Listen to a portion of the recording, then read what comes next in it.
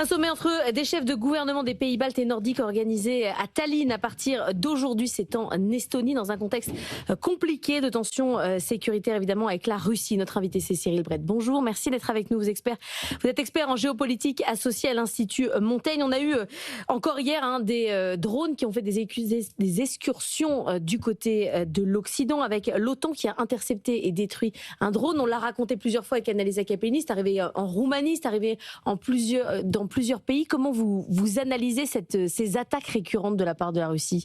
Oui, les incursions de drones, que ce soit des drones aériens ou que ce soit des drones marins dans les espaces de l'Union européenne, sont pour les Baltes et pour les Roumains des faits qui sont malheureusement récurrents et qui sont très anciens. Heureusement, nous, en Europe occidentale, on est plutôt épargnés par ce genre de survol, mais c'est vraiment le pain quotidien des Baltes et plus largement, c'est le pain quotidien des à peu près 30 millions d'habitants qui bordent la Baltique et dont les chefs d'État et de gouvernement sont aujourd'hui réunis dans le nord des pays baltes à Tallinn. Donc, c'est un peu business as usual pour eux. Ils ont développé depuis très très longtemps des capacités, des stratégies de résilience, de résistance dans le domaine des drones, dans le domaine de la lutte antiaérienne, également dans le domaine de la lutte anti-sous-marine et dans le domaine de la lutte cyber. Plusieurs experts à votre place nous ont dit ces 2 dernières semaines, c'est parce que la Russie est en train de perdre la guerre en Ukraine qu'elle du coup fait une sorte de déviation avec ce harcèlement de drones. C'est aussi votre analyse ou pas ? Non, pas du tout.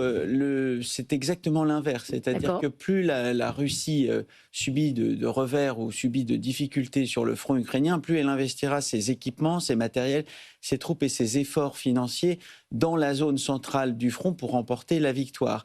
Là, dans la zone baltique, on est très très loin de ce que subissent les Ukrainiens qui chaque nuit prennent sur les immeubles et sur les bases militaires des centaines de drones de ce type-là. On l'a vu en Roumanie dans le port de Constanța, il peut y avoir aussi des débordements qui sont accidentels. Là, les signaux qui sont envoyés aux Européens dans la zone baltique sont des signaux de tension. Ce ne sont pas des signaux de conflit. On se souvient que Vladimir Poutine vient de finir son grand sommet forum économique à Saint-Pétersbourg qui a été placé constamment sous la menace des drones ukrainiens. La priorité, évidemment, de Vladimir Poutine, c'est de rendre l'appareil aux Ukrainiens et non pas aux Baltes. Là, ce qui va se passer aujourd'hui avec le sommet au plus haut niveau, un chef d'État, chef de gouvernement à Tallinn, ça va être un test pour la sécurité des États baltes. Il va y avoir probablement dans l'espace cyber, c'est-à-dire loin de notre attention directe, à la différence des drones, des tentatives d'incursion, encore une fois, non pas pour engager la guerre dans les médias, mais au contraire pour faire sentir la pression russe. Annalisa. Vous dites que les pays baltes sont mieux protégés, qu'ils ont beaucoup travaillé sur leur protection. Nous, les autres Européens, puisque c'est une menace en réalité sur le reste de l'Europe, comment on les aide, comment on les protège ? Alors on les aide de multiples façons. D'abord, on les aide en les soutenant politiquement, et c'est très important. N'oublions pas la décision qui a été prise par les chefs d'État et de gouvernement européens de porter une Balte à la tête de la représentation extérieure de l'Union européenne, Madame Maja Kallas. On les aide également dans la police du ciel, ça a maintenant plus d'une dizaine d'années. Plusieurs aéronefs français, mais aussi britanniques, sont déployés dans les pays baltes. Mais là, ça fait encore une fois plus d'une dizaine d'années. Et depuis maintenant près de 2 ans, les Européens contribuent dans le cadre de l'OTAN, mais uniquement avec des capacités européennes, à la police, à la liberté de navigation dans la Baltique. C'est l'opération qu'on appelle la Baltique de la Sentinelle et qui chaque jour montre aux Baltes et plus largement aux riverains de l'espace baltique que les Européens s'investissent dans ce qui était, il faut bien le dire, un cul-de-sac stratégique jusqu'à il y a peu de temps. Et qu'est-ce que vont dire les chefs de gouvernement des pays baltes aux pays européens comme nous, qu'on n'en fait pas assez, qu'on n'a pas encore pris conscience de l'enjeu ? C'est quoi le discours ? Ça, c'est plutôt une ligne ukrainienne. Ouais. Ce que les Baltes font, parce que les Baltes ont une position complètement différente. Ils sont à l'intérieur de l'OTAN depuis plus de 15 ans. Ils sont à l'intérieur de l'Union européenne et ils ont une place majeure au sein de l'Union européenne et ils ont de très bons canaux de communication. Donc, ils vont plutôt s'adresser à leurs propres opinions publiques, Oui.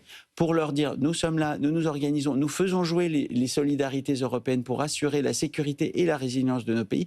Et pour en venir à votre question, que vont-ils dire aux Européens? Il est essentiel de continuer à soutenir les Ukrainiens à tout point de vue économique, financier, militaire, parce que la sécurité de l'Ukraine, c'est l'avant-poste de la sécurité de la Baltique et plus largement l'avant-poste de la prospérité européenne. Annalisa?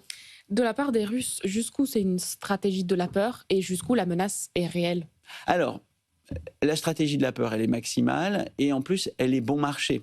C'est-à-dire que les Russes peuvent, dans ce lac OTAN qui est devenu la Baltique, déstabiliser, inquiéter, terroriser à bas coût. Il suffit simplement d'organiser des survols de drones, des cyberattaques, des campagnes de désinformation ciblées sur les minorités russophones de certains États baltes et évidemment d'exploiter les grands espaces vides du nord de la Finlande et du nord de la Suède pour faire sentir leur puissance. Donc, d'une certaine façon, elle est sans limite et elle n'a même pas la limite des coûts. Est-ce qu'il s'agit de la préparation d'une guerre?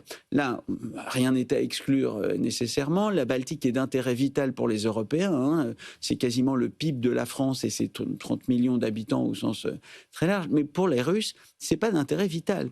La flotte stratégique russe ne passe pas par la Baltique. Les principales exportations d'hydrocarbures russes ne passent plus par la Baltique. Donc, ce n'est pas le front immédiatement vital pour la Russie, c'est bien plutôt la mer Noire. Merci beaucoup Cyril Brett d'être venu ce matin dans la matinale de l'économie.